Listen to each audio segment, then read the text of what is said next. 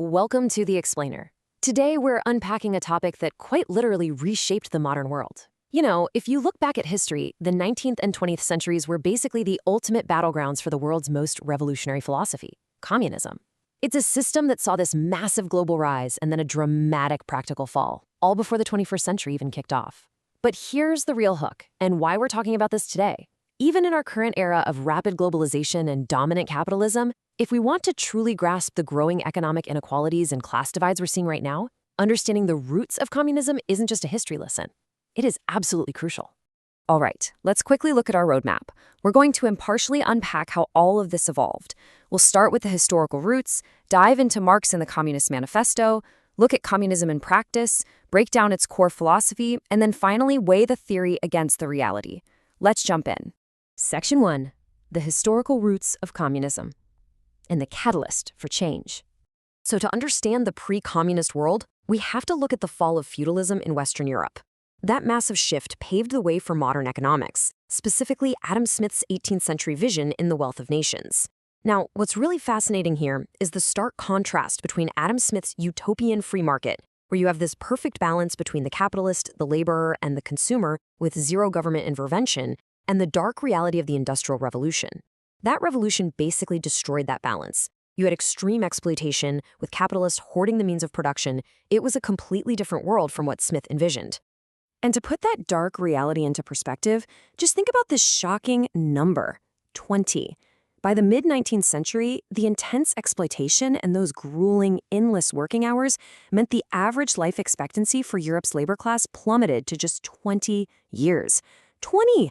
I mean, there's no way around it. That extreme inequality created a massive social void that was desperately crying out for a solution. Which brings us to Section 2, Marx and the Communist Manifesto, the birth of an ideology. Stepping right up to fill that devastating social void was German-born Karl Marx. Now, Marx took the philosopher Hegel's theory of dialectics, which is basically the idea that change happens through conflicting ideas, but he flipped it. Actually, scratch that. It's more like he grounded it. He focused entirely on changing physical, economic realities rather than just abstract ideas. He teamed up with his wealthy, yet highly sympathetic collaborator, Friedrich Engels. By studying the deep exploitation across Europe, they concluded that human history is driven entirely by one thing, class struggle. On one side, you've got the bourgeoisie, the wealthy owners of capital and production. And on the other, the proletariat, the laborers who survive only by selling their sweat and hard work. And the ultimate takeaway is captured perfectly in this explosive line from the 1848 Communist Manifesto. Workers of the world unite, you have nothing to lose but your chains. This manifesto, paired with Marx's in-depth economic analysis in Das Kapital, wasn't just complaining about the system. It confidently predicted that capitalism inherently contained the seeds of its own destruction and would inevitably collapse under its own weight. Moving right along to Section 3, Communism in Practice, from Theory to Reality. Now, we transition from Western European theory to actual global execution. Objectively speaking, when this ideology was applied to nations in the 20th century, it triggered massive upheaval. It sparked a total domino effect of revolutions across the globe, starting with the Russian Revolution in 1917, over to the Chinese Revolution in 1949, and then the Cuban Revolution in 1959. But here's the catch. Marx originally designed his blueprint for highly industrialized societies, so the leaders of these revolutions had to heavily alter that original plan to fit their specific environments. Take Russia, for example. Lenin, and later Stalin, took an agrarian society and forced it into rapid industrialization. Over in China, Mao Zedong realized he didn't really have a massive base of factory workers, so he built his revolution on the backs of rural farmers through aggressive land reforms, creating what we know as Maoism. And in Cuba, Fidel Castro and Che Guevara adapted the ideology into a fiercely anti-imperialist socialist society. However, we absolutely have to impartially look at the severe consequences of these regimes. While they were aiming for social equality and rapid industrialization, they frequently devolved into harsh authoritarian dictatorships that completely stripped away personal freedoms. Private property was eliminated and nationalized. Under Stalin, you saw forced collectivization and millions sent to brutal construction camps. In China, disastrous policies during Mao's Great Leap Forward led to devastating famines. Across the board, what you got was the total centralization of state power. Shifting gears a bit, let's dive into Section 4, the core philosophy of communism, because it goes way beyond economics. You see, communism wasn't just a way to run banks and factories. It was an all-encompassing lens through which to view human existence. Let's quickly unpack some of these fascinating stances. Marx famously called religion the opium of the masses, basically saying it was used to distract the working class and justify their worldly suffering.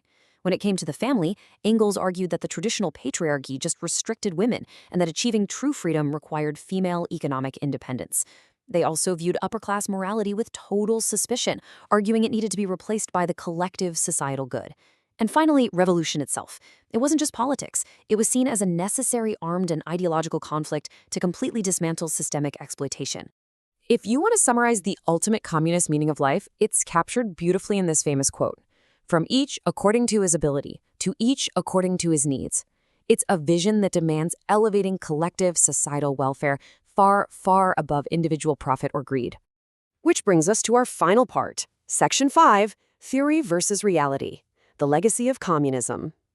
As we bring this explainer to a close, we have to directly compare those noble philosophical goals of the 19th century with the harsh historical track record of the 20th century. It brilliantly illustrates a profound paradox. On paper, it's a utopian dream, absolute equality, shared resources, a classless society, and the complete end of exploitation. But in historical reality, when practically enforced by authoritarian states in places like the Soviet Union and North Korea, it resulted in extreme oppression, the loss of personal and economic freedom, and immense human suffering. So I want to leave you with this final provocative thought. The practical implementation may have collapsed under authoritarianism, but is understanding the ultimate failures of communism still essential to balancing the extreme inequalities of today's capitalist world? Even though the system failed in practice, Marx's original critique of economic disparity remains an incredibly vital tool for understanding our modern world. Thanks for joining me on this explainer, and keep questioning the systems that shape our lives.